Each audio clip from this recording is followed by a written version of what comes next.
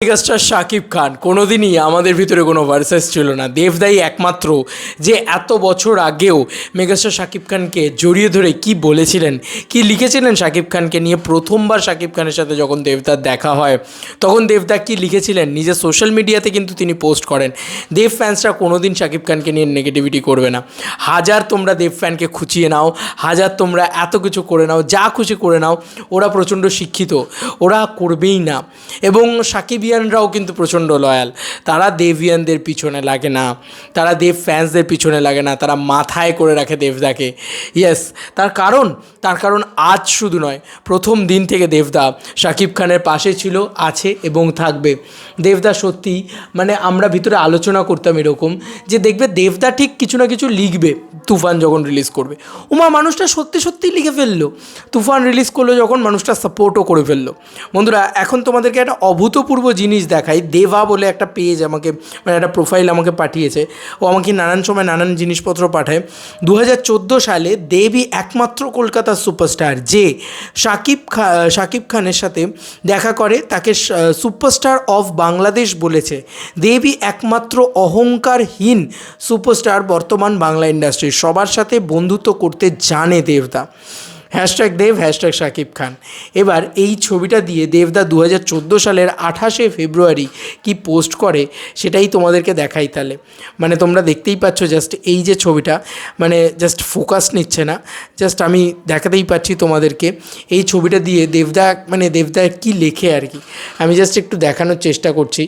Just যদি ফোকাসটা নেয়, হ্যাঁ, তো মোটামুটি দেখতেই পাচ্ছ তোমরা, এইটা দেবদা লিখেছিল তখন।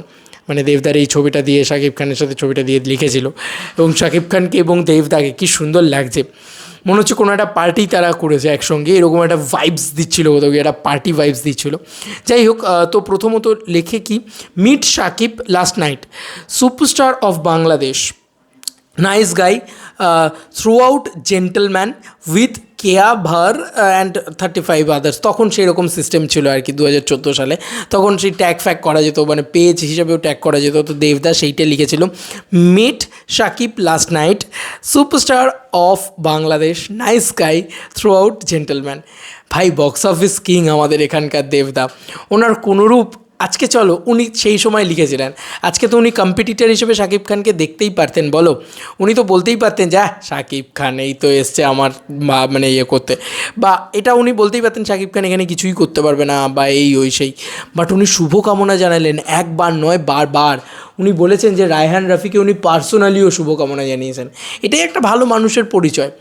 দেখো না, তুমি দেখো, খুব ভালো করে লক্ষ্য করে দেখবে, বাংলাদেশে সবাইকে নিয়ে, মানে আমাদের এখানে সবাইকে নিয়ে নেগেটিভিটি হচ্ছে, আমাদের এখান থেকে সবাই নেগেটিভিটি করছে, কিন্তু দেভিয়ান্সরা নেগেটিভিটি করছে না, কোনোরূপ কোনো নেগেটিভিটি করছে না শাকিব খানকে নিয়ে। বাংলাদেশ থেকেও সেম সিমিলার বিষয়, ওরা যাকে খুশি নিয়ে গালাগালি করে দিক বাংলাদেশ থেকে, দেবদাকে নিয়ে করবে না। কারণ এই যে দেবদার ফ্যান্সরা দেবদাকে এত ভালোবাসে যে তারা কখনো দেবদার বাইরে বেরিয়ে তারা কাউকে ছোট করে না, কাউকে বড় করতে না পারুক, তারা কাউকে ছোট করে না।